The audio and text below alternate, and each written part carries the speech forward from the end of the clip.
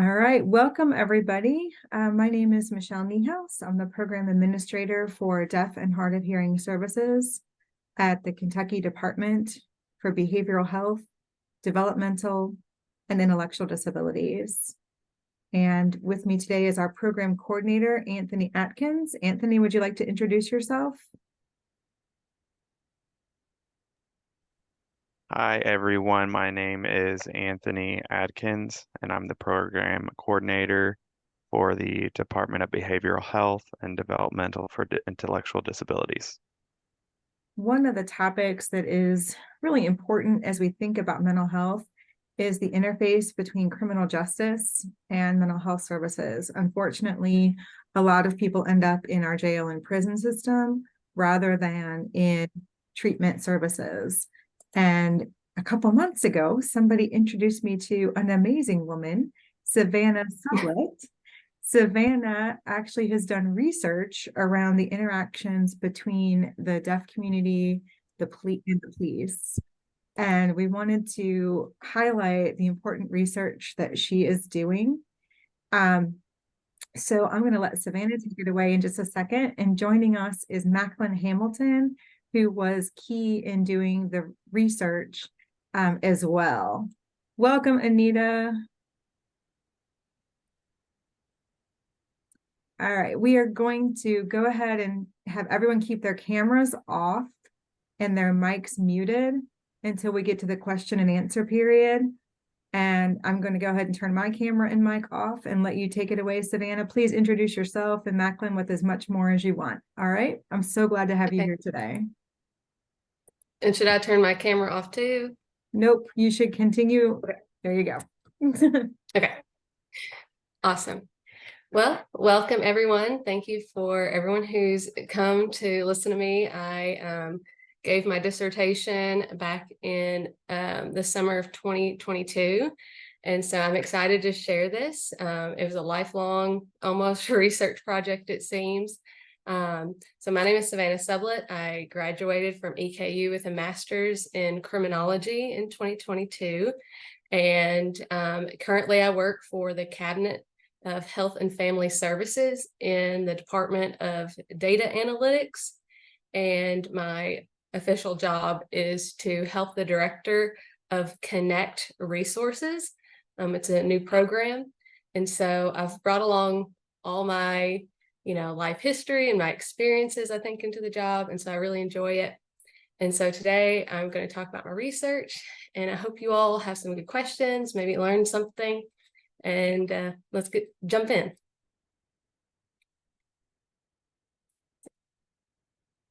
So the purpose of my study was to really look at connecting a lot of the deaf history with the modern outcomes and like the way that those histories have impacted the lives of deaf and hard of hearing people as they live today. And with my background, of course, in criminal justice and how that field is impacted by this. A lot of the research we see is older and spotty. And of course, I was very, careful in the way that I did my research and my approach, because I did not want to be another hearing, researcher coming in and speaking over or, saying this is how it is for deaf people and kind of trumping that.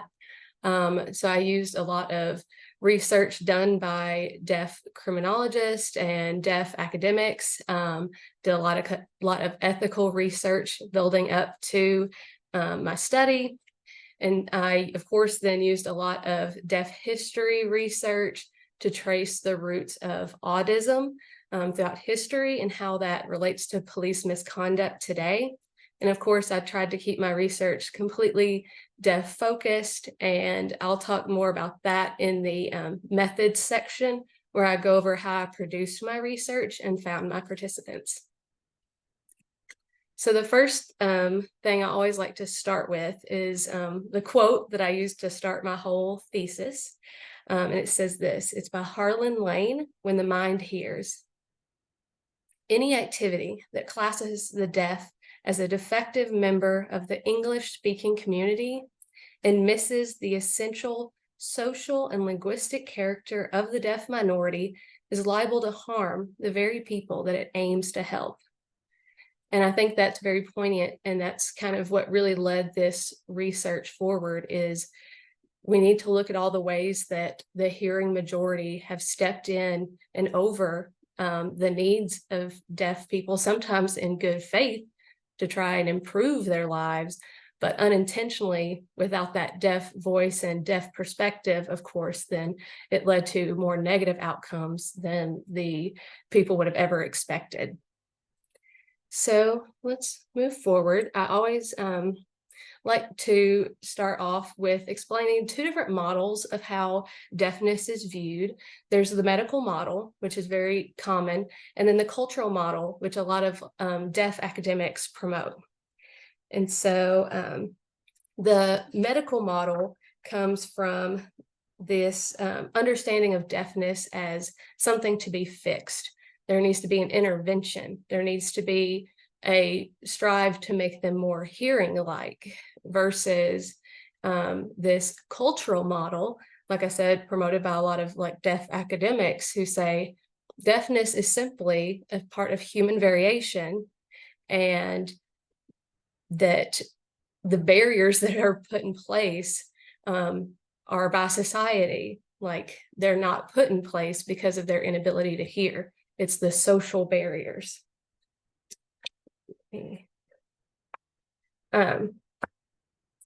And I say here, you can see this note about the cultural and lingual distinctions that separate the group from a disabled community. And I do want to read a little bit here about that in order to clarify what that kind of means and how that, of course, ties into these two models. So I found in a lot of my research that the aims of the deaf community very much differ from the aims of other disabled community. Harlan Lane again comes up in an article, Do Deaf People Have a Disability? That the disability rights movement works toward obtaining those medical rehabilitation services or home health services and accessibility that boosts their independence. Of course, needing a wheelchair or a mood regulator, those are medical interventions. But when deafness is sometimes lumped with the disability community, the medical model comes and arises. You are assumed that they also need that medical intervention. And deaf activists and scholars say that's not the case. A lot of their rights and a lot of the fight that's been occurring to get those rights are through a more cultural minority civil rights style movement. Deaf and hard of hearing people have a shared history, a language, and a culture that they want recognized and understood. And it is not quite the same. Those other disabled communities don't share that language and culture. Of course, that's not to dismiss the issues they face, because both groups are placed within a structure that seeks to uplift them while systematically putting the responsibility of success on the individual and putting the barriers in their way to that success. So all of this to say is the medical model of viewing deafness can present a barrier to some, but improve the lives of others who require medical intervention to have an increased quality of life. So if a deaf person does choose to use medical intervention, it needs to be their choice. But that is just a commentary about them kind of separating those two groups and why I do mention that in my research. So here I begin with the timeline, and I start very far back, kind of to the first recorded instance of deafness as like a bigger community in America. Of course, it started in Martha's Vineyard. Settlers came from England, and one of them was Jonathan Lambert. He and his family had children who were all deaf. And as the island, over time, over the next 200 years or so, that island stayed pretty insulated due to difficulties traveling. And so this community grew. And as the population grew, it was 1 in 25 people were deaf. And Martha's Vineyard Sign Language was used by everyone there, deaf or hearing. And this community grew, and it was just as it was understood as a part of human variation. There was not any of these social barriers because the people on the island just accepted it as a way to have like an accessible community where everyone could communicate. So then in 1814, we have Gallaudet and the beginnings of deaf education in America. Gallaudet, wanted to bring a formalized education or a school to America for the deaf children. And so he went to Europe to study how they were doing it. And that's where he met Laurent Clerc, who was teaching at the French Institute for the Deaf and Dumb. And he, of course, spoke or used French Sign Language. And so they both did this transfer of languages where Gallaudet taught Clerc English, Clerc taught Gallaudet the sign language, and they came back to America and established the first deaf school in 1817. And it was a residential school, so children would come, people coming to the school would stay. And that is really where this first hub of deaf culture started to arise, because you had folks from Martha's Vineyard bringing the Martha's Vineyard sign language. People, the French sign language was used, and of course, influences from English. All of these languages came together, and through the people at the residential school, it kind of formed ASL. And to this day, of course, many ASL signs have direct French signs. So you can see that still to this day as part of the language history.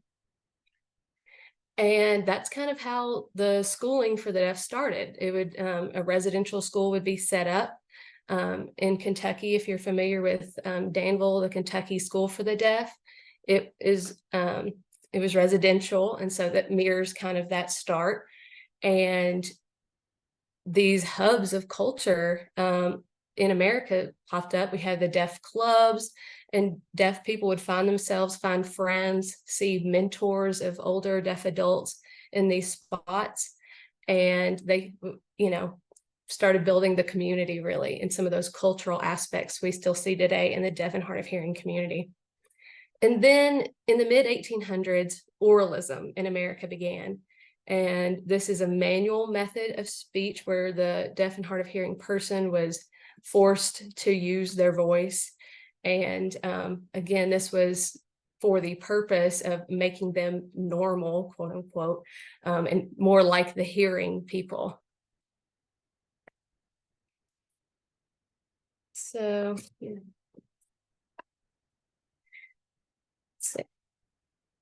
Sorry, I was finding a place in my notes. Okay. And so then in the next part here, we get into eugenics, which is it comes from the Greek word eugenes, EUGENES, meaning noble or in good stock. And this theory kind of gave a scientific backing. It was a lot of Charles Darwin's papers on natural selection. It started this idea that there were people who were defective and not as normal, and therefore in a very capitalist mindset, this made them unfit for the workforce. And these sociologists and theorists at the time took that and used those theories against those who were considered not normal. And if you're unfamiliar, Alexander Graham Bell was also a big advocate at the time and thought this way. And he considered sign language to be like a foreign language, and therefore not appropriate for American school systems to be promoting this. And so he very much was part of the dismantling of deaf clubs, closing deaf institutions like the deaf schools. So he was also kind of a controversial character at this time. And so then we'll skip ahead a few years and into the more modern timeline. Of course, years of civil rights happened during this time, and deaf scholars believe that this would be like the rise of like deaf empowerment and influence, kind of piggybacking off the ideas of those other civil rights movements. There was a fantastic, building of technology at the time. It expanded, and deaf people now were able to communicate across large swaths of land. And of course, the teletypewriter, video relay services were invented during this time. And at that same time, and all of that was happening, William Stokoe was working for Gallaudet University, and he was hearing that he was a linguist that was well respected. And through his work at Gallaudet, he was able to finally have, I guess, enough of academic background, and has developed a written version of sign language that he used to prove that ASL was different than English and had all the markers of what was considered an official language. So ASL should be accepted as an official language in America. And so that finally occurred in 1965, and again showed this idea of a hearing person having to come in and intervene and prove what deaf people had been saying the whole time in the use of their language from way far back, as we discussed in the timeline previously. In 1988, there was the Deaf President Now movement. If you are unaware, Abraham Lincoln established the school in 1864. And in that whole time, up until this point, there had never been a deaf president. And so in 1988, they had elected another hearing president, and the university students and administration, they all came together and demanded for there to be a deaf president of the Deaf University. And after, 8 days of protest, these demands were met. Dr. King Jordan was elected as the first deaf president. And then after this, I kind of get into the 1990s with the Americans with Disabilities Act. It was established. It was supposed to say that all programs, services, and activities of state and local governments would have to, they would prohibit any kind of discrimination based on disability status. And of course, as a state institution, the criminal justice system had to comply with these same regulations. And I point out here, if you've ever read through ADA, it lists a wide range of common aids and services that deaf and hard of hearing people, of course, can use for that communication. And with this, at the end, it says there was one exception. If the person's primary and preferred method is qualified as an undue burden or hardship on the institution, the preferred service would invoke a considerable difficulty, and therefore a substitute can be made for a different communication method. This has led to many ADA case studies that have tried to find, what does undue burden exactly mean? The determining party and the service provider is always the police or courts, let's say, meaning that the burden is determined by the difficulty it would pose for them to comply and provide that. But there's no standardization for these laws to be implemented in any kind of police, court, or jail, meaning they're not forced by law to have common communication technology or services because it might be an undue burden. If these basic accommodations are not required, then any kind of communication outside speaking or note writing could be considered a burden, because the entity itself, this criminal justice system, whether that be a department or a jail, it's not structurally set up to supply anything else. And those in charge are not trained to know how to obtain those services either. And again, this is kind of our first, not our first, but an example of how an autist society is making an autist institution, the criminal justice system. It lets those systems off the hook for being unprepared and inaccessible. And then also in the 1990s, we saw a rise in mainstreaming, which is an educational method of, pulling children from those residential schools that have been, historically where deaf children would go, pulling them back into the classroom at the local school. And of course, for a lot of parents, this was a more appealing option because it kept their child at home with their neighbors and local, friends and family members. And 90% of deaf children do come from hearing parents. And so we saw a lot of the breakdown, even more so, of deaf schools that were still around. Those populations at the schools decreased. And even though this, idea of how to school deaf children was made maybe with the mindset of it being a positive, it actually led to many negative outcomes, such as now deaf children were faced with more social isolation, maybe being the only deaf child in like the county. They were faced with not having that strong older deaf mentorship that would occur at those schools. And of course, if the school system especially was poorer, then they may not have the ability to provide all the technology and communication services to effectively teach that child. And my final note here on the timeline in the 2000s to now, because of this whole history where we've seen coming away from the very beginning where the deaf community had almost no barriers within the first island and first community of deaf and hard of hearing people. Now, through all this history, there have been placed more and more barriers in the way of deaf people to navigate through this very hearing-minded world through institutions like deaf education, which sets up for many things in life. If you do not have proper education or have a deaf proud identity, it can leave you very isolated. And so we're just seeing a lot more negative outcomes in recent history. And so since I've been speaking about it a lot, I did include a section here on autism and kind of the history of that and what deaf scholars have built on this concept.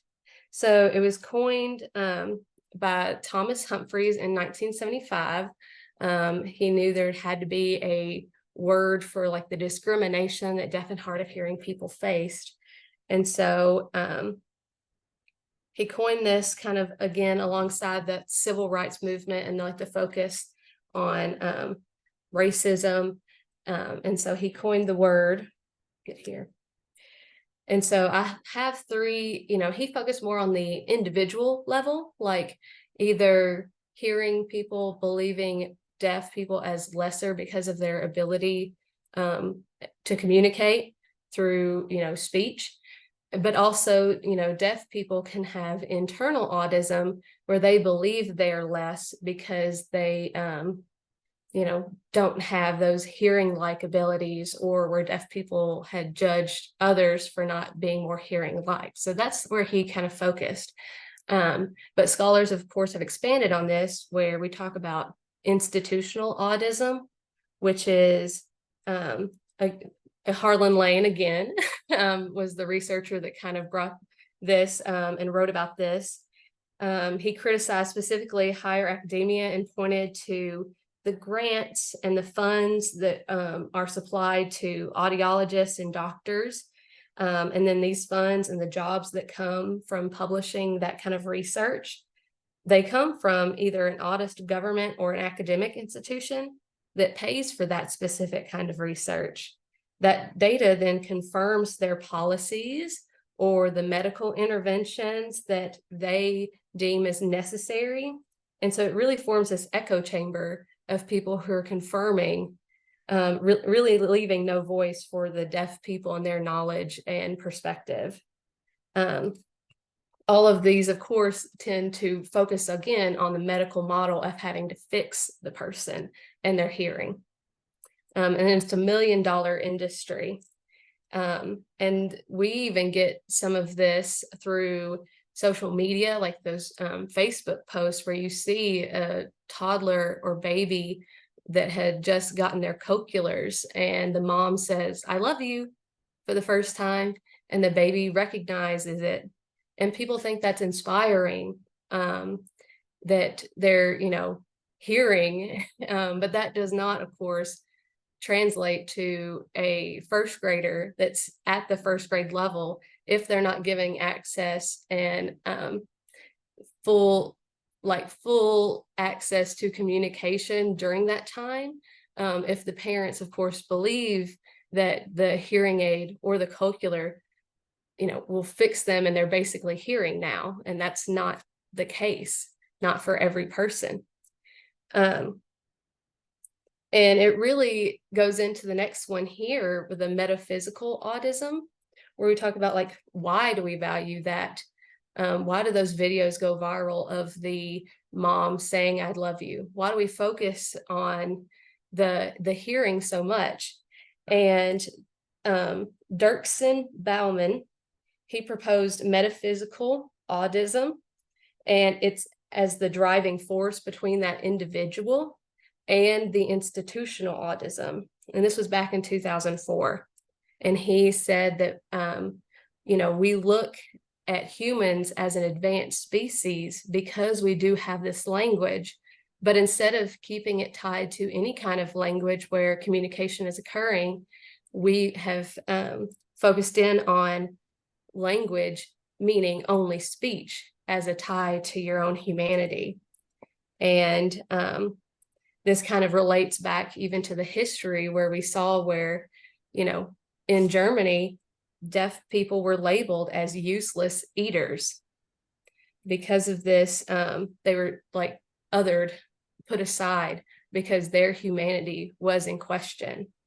And so it's really kind of interesting to think about that occurs, and then that's the driving force of these other forms of autism. Savannah, this is Michelle. Just to give you a time check, we're at about 12:30. So you have about 20 more minutes on your presentation, and then time for Q&A, please. All right. Okay, thanks. Yeah, I didn't have a time on my screen here. So then I'll just kind of very briefly touch on laissez-faire autism. And this is kind of related to the colorblind policy beliefs towards African Americans. So it acknowledges deaf humanity, but through social goals of eliminating these deaf-centric structures, praxis, and the denial of deaf autonomy, it perpetuates this dehumanization. And so, yes, we'll see deaf folks in media, or like in CODA had just came out, for example, when I was writing this. And so we do have deaf representation in the media, but it's how they're represented. And it still kind of perpetuates negative stereotypes of deaf people and this negative connotation. So all of this is going to circle back to the criminal justice system now, and we're getting into it here at the law enforcement section. So in my work, I divided it into police and the individual, police departments, and then police relations with the community. So at police and the individual, officers typically assert their power over the communication method. Research has shown when officers approach deaf people, instead of asking the deaf person how they'd prefer to communicate, the officers typically like to enforce that the deaf person communicate at a level they're most comfortable with, which are typically texting or note writing, or sometimes even just using lip reading, because they're under a false assumption that lip reading is a very effective communication method. Of course, all of these methods are tied to hearing comfort and English acquisition. Oddest assumptions and constraints increase both parties' frustration.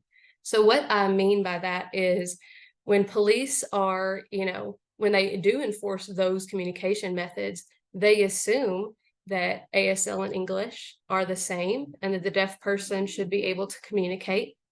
They assume that, for example, certain markers of American Sign Language, like head nodding, if they're in a conversation, the deaf person will be nodding their head, and the police misconstrue this as they're agreeing with the officer. And so there have been reports and stories of deaf people then, seeming to nod their head in agreement, and the officer begin an arrest, and then the deaf person kind of resist, because that is not what they didn't understand, that that's what they were nodding their head to. That's not, there was a miscommunication. And then, of course, I go into further harm that occurs to deaf and hard of hearing people once they are introduced to the criminal justice system. Police are kind of that first stop, first contact with the system.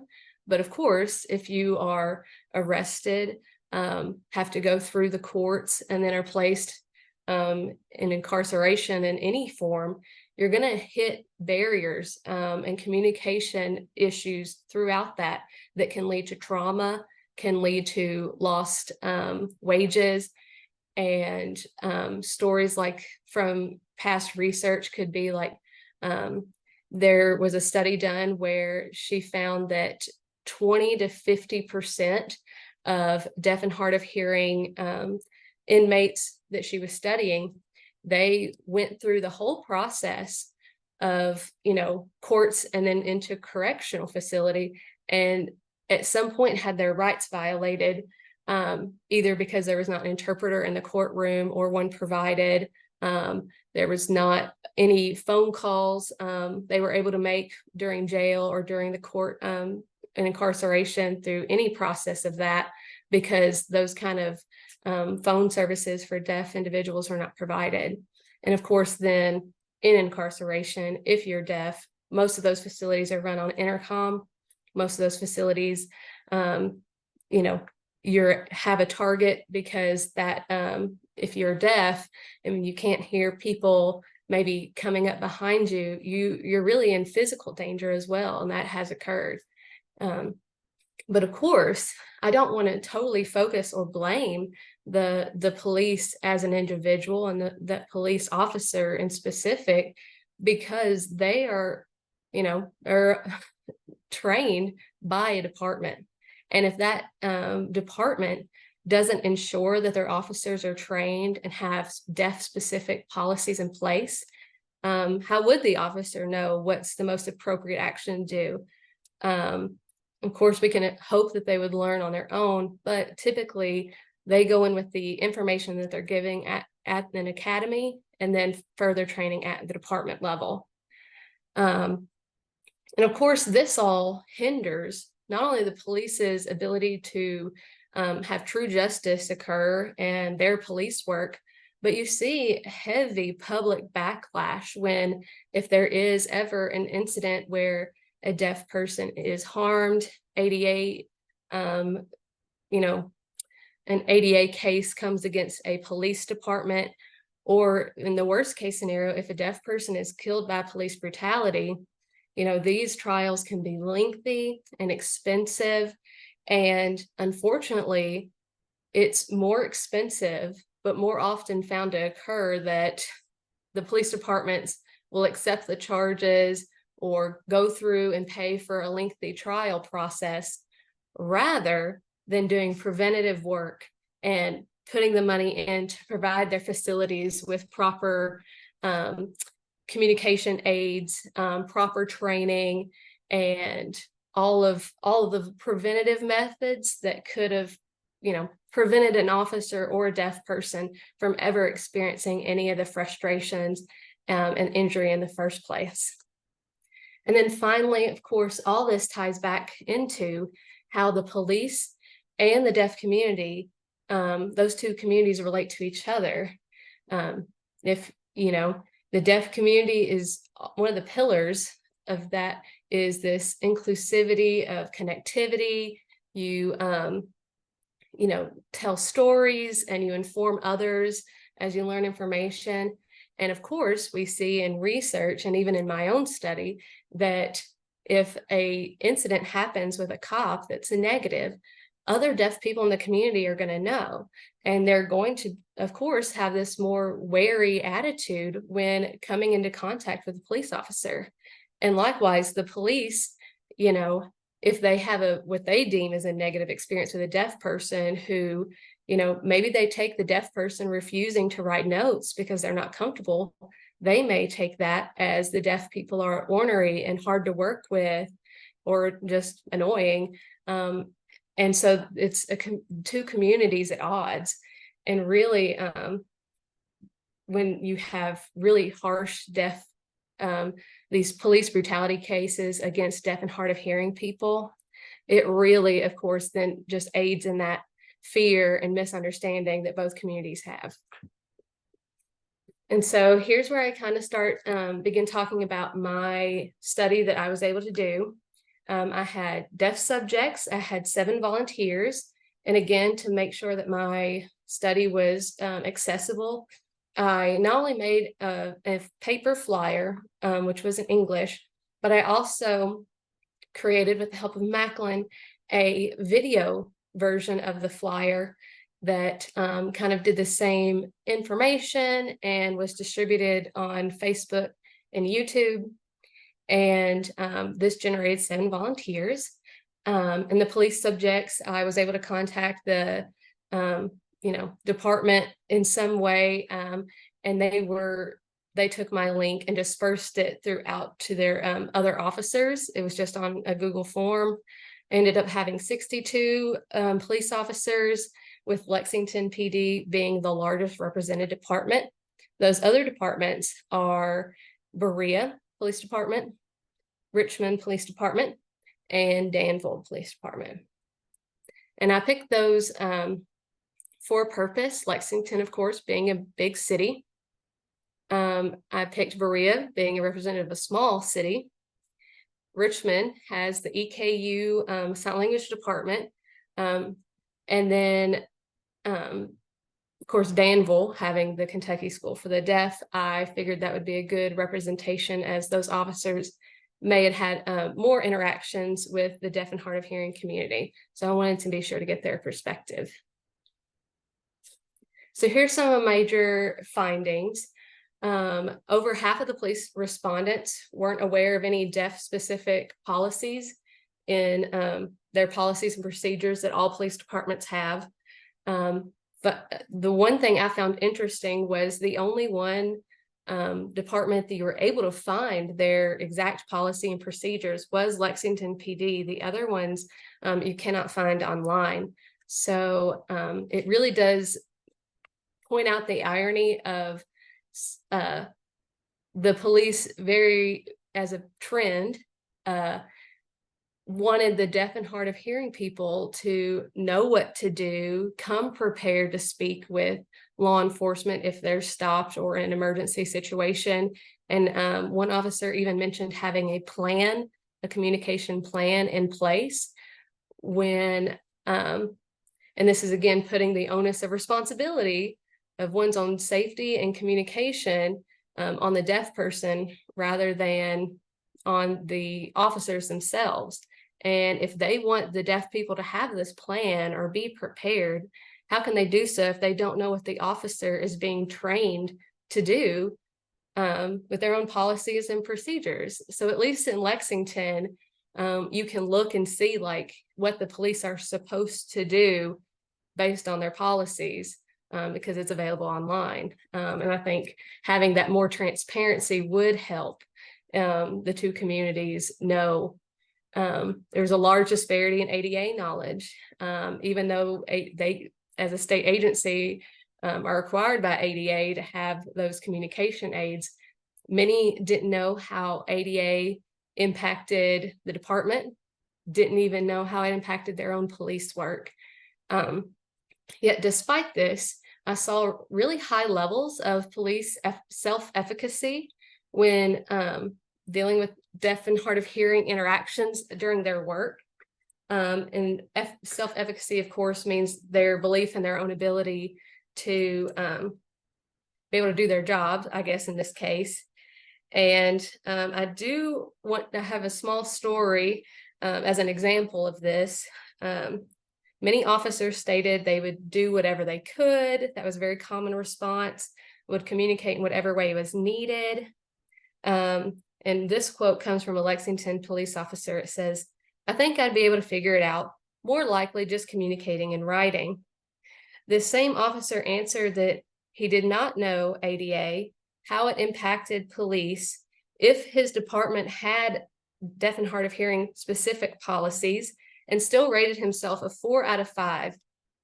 And so we just across the board saw a lot of misunderstanding, a lot of, ignorance of ADA and what they should do, yet said they would be very effective as an officer in whatever situation.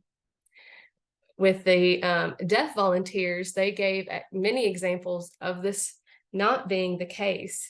I have a story here from them. They said I had to be arrested, so that's what happened.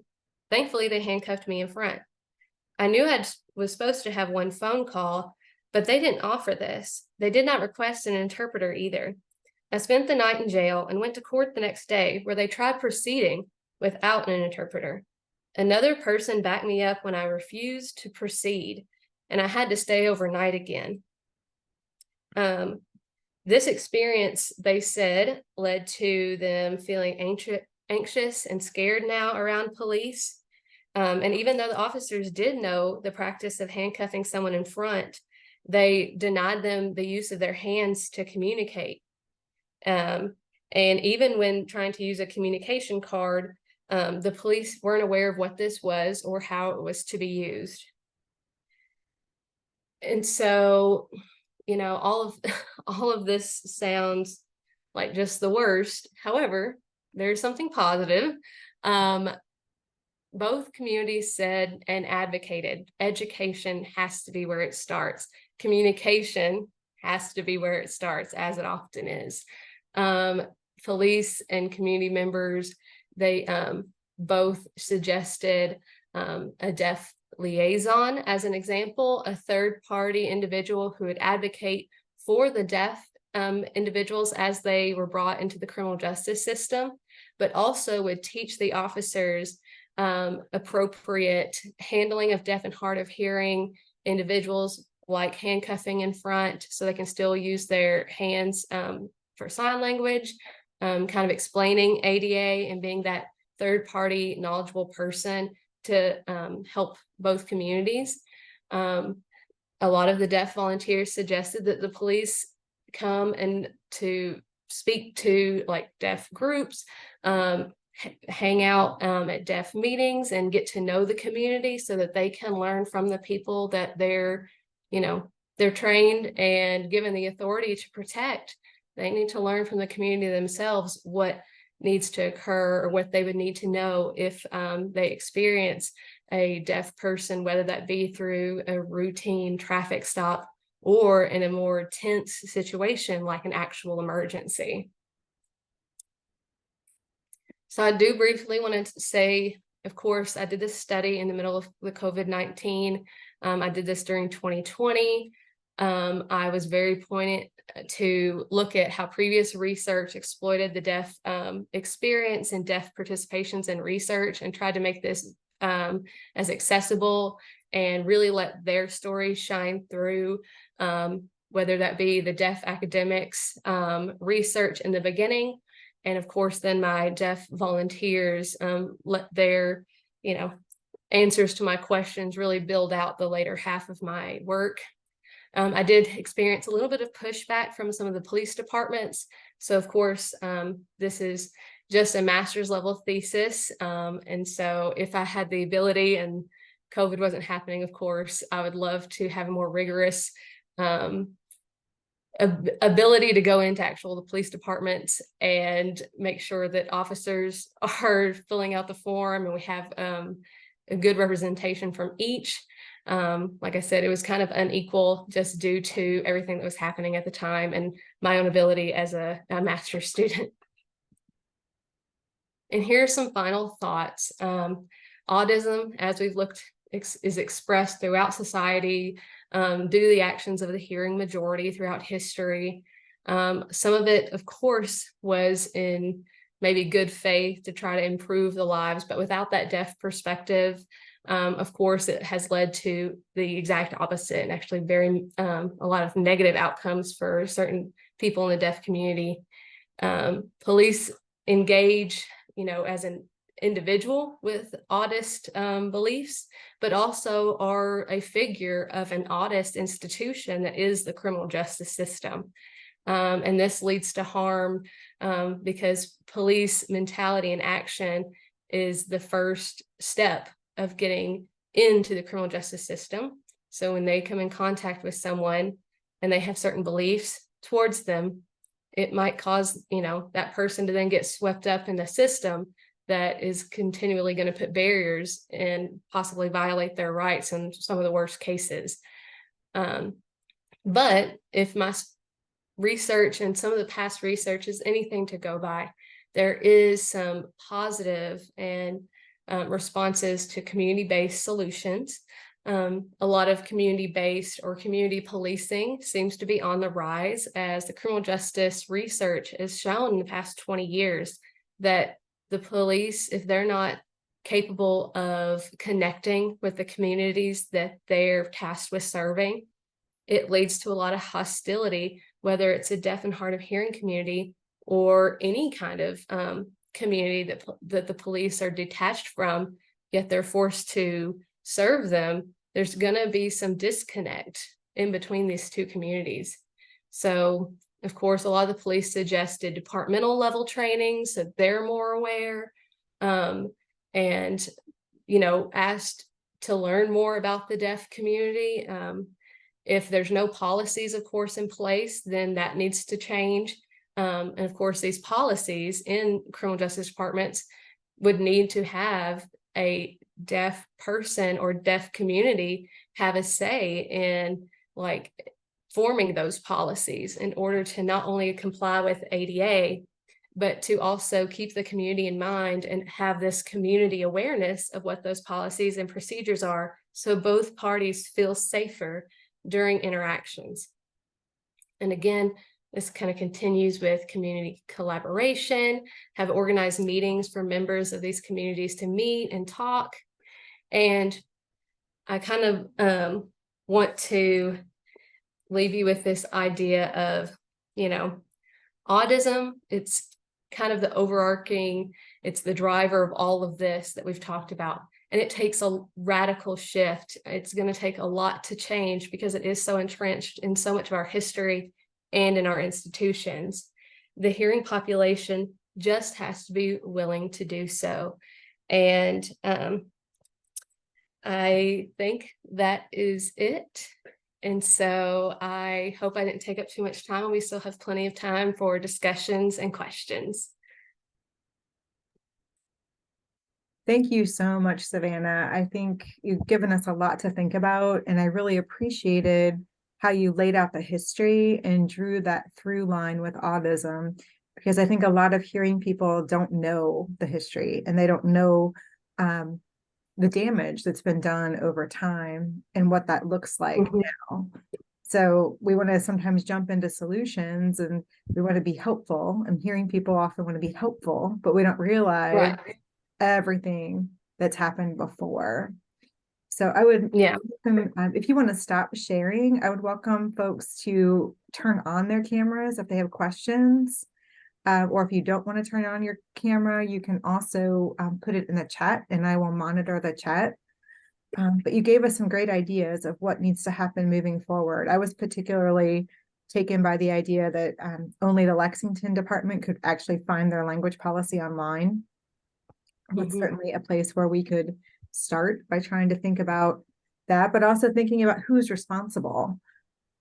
As we move forward, there are some forums that are happening. For those of you on the call, there are criminal justice or administrative office of the courts forums that are happening to think about the intersection between mental health and criminal justice. I know there's one on November 8th coming up in Louisville. If you go to the website for the Kentucky Commission on the Deaf and Hard of Hearing, you can see the dates for the upcoming events. You can also get a QR code or a link so that you can make your comments about your interactions with the criminal justice system, or your concerns about mental health and that interface or that interfaith.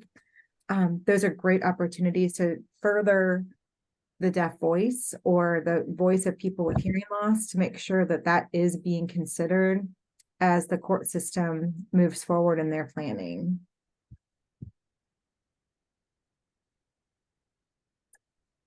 Nobody has questions. You did such a great job. Everyone's just thinking deeply about what you said.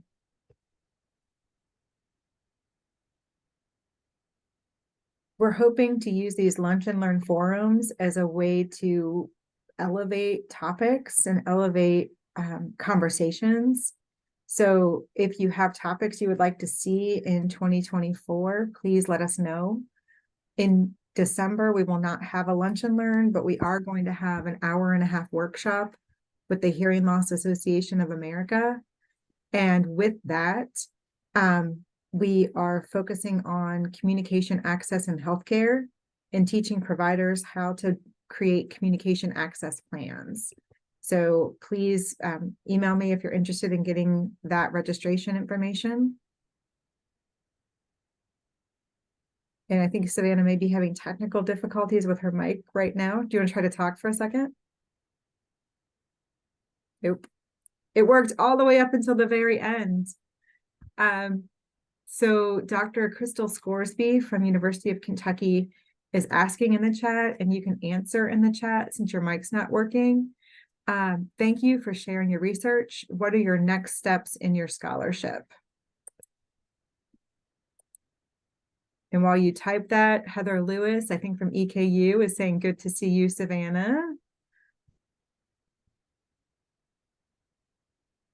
Good to see you too.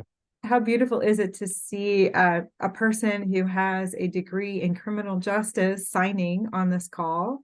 It's so important to have providers all across all disciplines who understand deaf culture, who understand ASL, who understand the implications of hearing loss on navigating all of our various systems.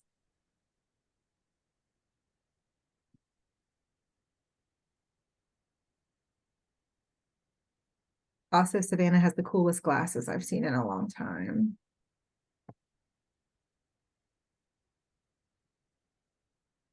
And just so it's also on the audio, Savannah typed, she's trying to use her work within the cabinet, which is the Cabinet for Health and Family Services, and work with higher level researchers to work together. And Savannah, to let you know, we do have people on the call from different parts of the cabinet and from universities. So I think that we have opportunity to take your work and promote it across the state in a variety of ways. So we can be thinking about how to do that together.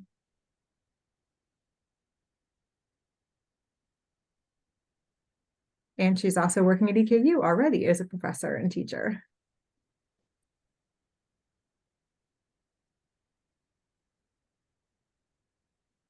All right, not seeing any other comments.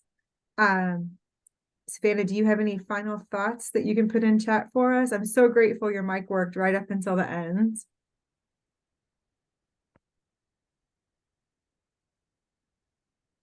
And while she's doing her final comments too, I think it's vital that in doing the work, Savannah talked about having a qualified interpreter when she was interviewing people. So Mac was the interpreter during those interviews. And I think having that through line with a qualified interpreter is absolutely critical. And a lot of times a researcher wouldn't think about that. Heather is saying, awesome, maybe you can work together. Thank you for all you do. Thank you so much for sharing your research, and may this be a beginning. And may we be able to find all kinds of ways to connect the dots within the cabinet and across the Commonwealth of Kentucky to change the Audist framework and to move in a more positive direction. Thank you, Macklin. Thank you, Savannah, and have an excellent rest of your day. Thank you, she says, for everyone taking time to listen and learn with her today.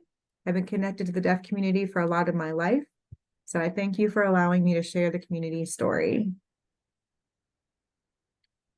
Thank you, everyone.